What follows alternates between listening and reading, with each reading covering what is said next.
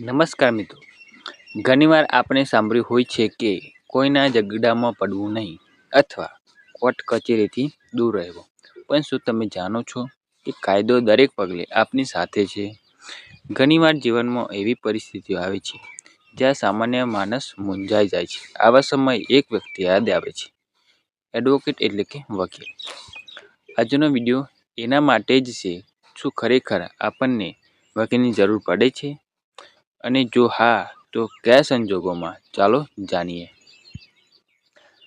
વકીલની જરૂરિયાત. ઘણા લોકો વિચારે છે કે વકીલની જરૂર માત્ર ગુનો કર્યો હોય ત્યાં જ પડે છે, પણ એ ખોટું છે. અહીં મુખ્ય 4 કારણો છે. કાયદાની જટિલતા અને સમજાવવા. કાયદાની ભાષા ખૂબ જ અઘરી હોય છે. સામાન્ય માણસ માટે કલમો અને દસ્તાવેજો સમજવા મુશ્કેલ હોય છે. વકીલ આપણને સરળ ભાષામાં સમજાવે છે કે આપણા અધિકારો શું છે.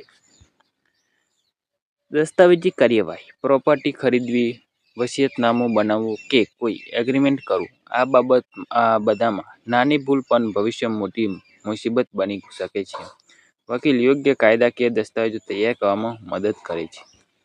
યોગ્ય માર્ગદર્શન. ઘણીવાર આપણને આવેશમાં આવીને પોલીસ સ્ટેશન કે કોર્ટમાં ખોટું પગલું ભરી લઈએ છીએ. વકીલ તમને યોગ્ય સલાહ આપે છે કે કઈ પરિસ્થિતિમાં કયું સ્ટેન્ડ લેવું જોઈએ. કોર્ટમાં પ્રતિનિધિત્વ. જો કમનસીબે કોઈ કાયદાકીય વિવાદ કોર્ટ સુધી પહોંચે તો તમારી વાત કાયદાકીય દ્રષ્ટિએ મજબૂતીથી રજૂ કરવા માટે એક જાણકાર વકીલ અનિવાર્ય છે.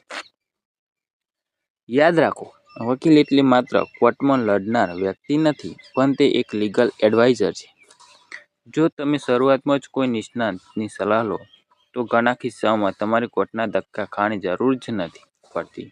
યોગ્ય સમય લીધેલી કાયદાકીય સલાહ તમારા પૈસા, સમય અને માનસિક શાંતિ બચાવે છે.